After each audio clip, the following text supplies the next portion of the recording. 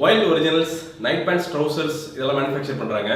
நான் ஒரு 2 வாரம் டெஸ்ட் பண்ணி பார்த்தேன். ரொம்ப நல்லா இருந்துச்சு, விலையும் கம்மியாக இருந்துச்சு. தயவுசெய்து வாங்குங்க. வாங்கணும்னா கீழே லிங்க் இருக்குது, தயவுசெய்து சப்போர்ட் பண்ணுங்கள். சவாரி குஹன் அப்படின்ட்டு நாளை இயக்குனர், அதனுடைய படைப்பு. அவர் வந்து இயக்கியிருக்கிற படம். விஷால் சந்திரசேகர் அவர்கள் வந்து இசையமைத்திருக்கிறார். சினிமோட்டோகிராஃபி வந்து செலியன் பண்ணியிருக்கிறார். எடிட்டிங் மறைந்த நம் ஆர்வீர் நண்பர் கிஷோர் அவர்கள் வந்து எடிட் பண்ணியிருக்கிற ஒரு படம் இது. எப்படி சொல்கிறது, அனதர் டார்க் காமெடி.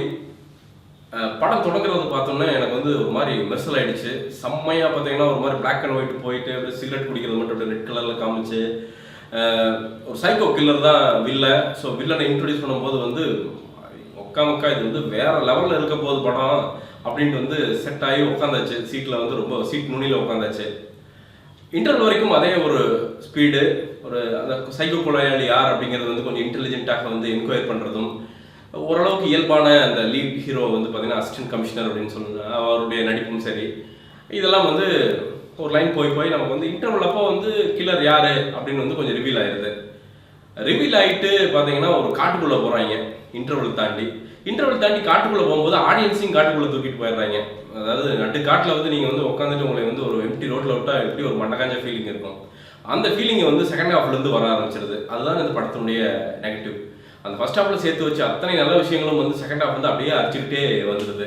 இதுக்கு என்னடா மெயின் ரீசன் அப்படின்னு பார்த்தீங்கன்னா, வில்லன் அப்படிங்கிறவர் வந்து ஒரு மிகப்பெரிய சைக்கோ அப்படின்னு காட்டிட்டு அவருடைய வந்து ஃபேஸை ரிவீல் பண்ணும்போது வந்து அவ்வளோ பெரிய அந்த சைக்கோத்தனங்கள் எதுவும் இல்லாமல் தமாசா சிகரெட்டை பற்ற வச்சுக்கிட்டு கார் இதில் வந்து ரூஃபில் வந்து அணைச்சிக்கிட்டு அப்படியே வர்றப்போ இவர் எப்படி நம்ம சீரியஸாக எடுத்துக்கிறது அப்படிங்கிற ரேஞ்சில் வந்து ஆயிடுது. ரெண்டாவது பார்த்தீங்கன்னா ஹீரோ ஏசிபி அப்படின்ட்டு, ஏசிபி தான் நான் இல்லை அப்படிங்கல, அதுக்காண்டி சட்டை இது வரைக்கும் மடிச்சு விட்டு சும்மா ஆள் முறுக்கிட்டே இருக்காரு. ஒரு ஸ்டவ் மேலே உட்காந்த ஃபீலிங்லேயே ஃபஸ்ட்டு ஓரளவுக்கு வந்தார். ஏன்னா ஃபஸ்ட்டு ஹாஃபில் பார்த்தீங்கன்னா உண்மையாலுமே சீரியஸ் சீன்ஸ் எல்லாம் இருக்குது. ஸோ அப்போ வந்து கொஞ்சம் முறுக்கிட்டு கொஞ்சம் கோவமாக தான் இருக்கணும், ஓகே. ஆனால் கடைசி ஃப்ரேம் வரைக்கும் அதே முறுக்களோட பார்த்து பார்த்தீங்கன்னா ஒரு பேசுறதும் வந்து ஹலோ அப்படின்னு சொல்லிட்டு ஹலோ அப்படிங்கிறத அப்படிதான் சொல்கிறேன். அப்படி அதை வந்து கொஞ்சம் அவாய்ட் பண்ணியிருக்கலாம். அதே மாதிரி இதில் ஒரு கேரக்டர் வந்து பார்த்தீங்கன்னா இந்த கார் டிரைவ் பண்ணுற ஒரு கேரக்டர் வருது. அவர் காமெடி அப்படின்னு பண்ணியிருக்கிறாரு. எனக்கு தெரிஞ்சு இந்த ரீசெண்ட் டைம்ஸில் வந்து தப்பாக நினச்சிக்காதீங்க பிரதர், ஒரு எரிச்சல் விட்டக்கூடிய ஒரு காமெடி அப்படின்னா இவர் தான். மேபி அது வந்து அதுக்காண்டியே பண்ணாங்கன்னா குடோஸ், உண்மையாலுமே செம்ம, எல்லாமே ஆக்டிங் எல்லாம் செம்ம. ஆனால் நம்ம உட்காந்து பார்க்குறப்ப வந்து மண்டவழி வந்துடுது.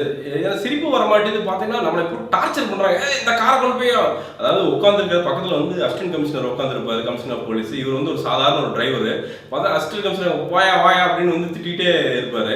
அதே மாதிரி அசிஸ்டன்ட் கமிஷனர் பார்த்தீங்கன்னா கிட்டத்தட்ட படம் முக்கால்வாசி படம் வந்து கில்லர் கூட தான் அப்படியே காரில் வந்து ரவுண்ட் அடிச்சுக்கிட்டே இருப்பார். ஆனால் அவருக்கு வந்து கடைசியில் தான் தெரியுமா இவர் தான் கில்லர் அப்படின்ட்டு வந்து ஒரு பாதிக்கு மேலே தான் வந்து தெரியும். அப்படிங்கிறதெல்லாம் வந்து போலீஸ் டிபார்ட்மெண்ட்டை பண்ண சும்மாவா அப்படிங்கிற மாதிரி ஒரு கேள்வி வந்து எழுப்பிடுது. நிறைய லாஜிக் லூப்போல்ஸ். அதே மாதிரி செலியனுடைய கேமரா வந்து சொல்லியே ஆகணும். காட்டுக்குள்ளே வந்து போய் எடுத்துட்டு அந்த ஹெலிகாமெல்லாம் வச்சு எடுத்துருக்காங்க. திடீர்னு ரகசியமாக போய் அப்படியே கார் விட்டு இறங்கி டப்புன்னு எடுத்துட்டு ஒடியாண்டாங்களா என்னன்னு தெரில. ஏன்னா பார்த்தீங்கன்னா ஒரு ஏதோ வந்து இந்த ஆடெல்லாம் வருது இல்லை, நம்ம முன்னாடி சிகரெட் ஸ்மோக்கிங் ஆட் வருது இல்லை, அப்போ ஒரு கிளாரிட்டி இருக்கும்ல, அதே கிளாரிட்டியில் வந்து ஃபுல் ஸ்க்ரீனில் பார்த்தா எப்படி இருக்கும், அதே கிளாரிட்டி தான் வந்து செலியனுடைய கேமரா வந்து காட்டுது. அது மிகவும் தப்பு. அப்படியே பேட்சாக தெரியுது. அதுக்கு இல்லைன்னா அந்த ஷார்ட் அவாய்ட் பண்ணிட்டு நமக்கு என்ன ஷார்ட் தெளிவாக வருமோ, இது பெரிய கேமராவில் வந்து தெளிவாக வைக்க முடியுமோ அதை பண்ணிட்டு போயிருக்கலாம். அதை ஏன் இப்படி பண்ணாங்க அப்படின்னு தெரியல. ஆனால் படத்துடைய பாசிட்டிவ் அப்படின்னா கண்டிப்பாக வந்து ஓரளவுக்கு கிரிப்பிங்கான ஒரு ஸ்டோரி, ஓரளவுக்கு வந்து நமக்கு வந்து இந்த கில்லர் யார் அப்படின்னு கொஞ்சம் அந்த பசலை வந்து வைத்து அதை உடைக்கிற வரைக்கும் கொண்டு போன அந்த விஷயம் அப்படிங்கிறது தான் வந்து பாசிட்டிவ். அதை தாண்டி வந்து அப்படியே ரெண்டாவது ஆஃப் அப்படிங்கிறது வந்து படம் கீழ் விழுந்து வெளில வரப்போ அப்பாடா சாமி அப்படின்ட்டு வந்துடுது. அதே மாதிரி விஷால் சந்திரசேகரனுடைய மியூசிக் இந்த படத்துக்கு வந்து ரொம்ப இறைச்சலாக, ஆனால் வந்து என்னன்னா ஃபர்ஸ்ட் ஒரு அந்த பாதி அப்படிங்கிறது வந்து கொஞ்சம் நாடி துடிப்பாக அது ஒரு கேரக்டர் பிளே பண்ணிச்சு அப்படின்னு சொல்லிடலாம் விஷால் சந்திரசேகருடைய மியூசிக்.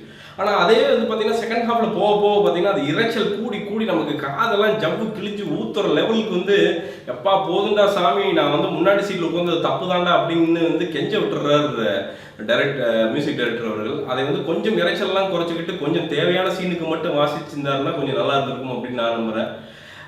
மற்றபடி எம்எல்ஏ கேரக்டரு நிறைய கேரக்டர்ஸ் வருது. ஆனால் இந்த கேரக்டர்களுக்கெல்லாம் எந்த இம்பார்ட்டன்ஸோ பெரிய வெயிட்டோ எதுவுமே இல்லை. எல்லாரும் கயமையான்னு கத்துறாங்க.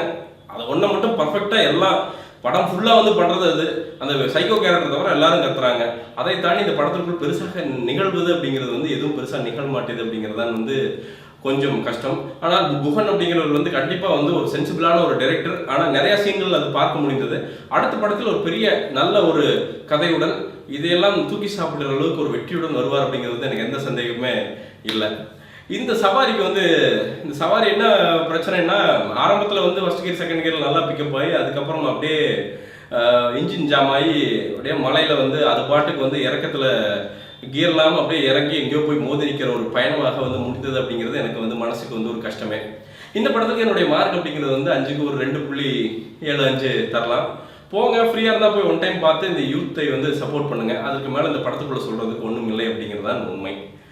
மீண்டும் ஒரு விமர்சனம் முன்னோட்டம் இல்லாட்டி வீடியோவுடன் கூடிய உங்களை சந்திக்கிறேன். அதுவரை நன்றி, வணக்கம்.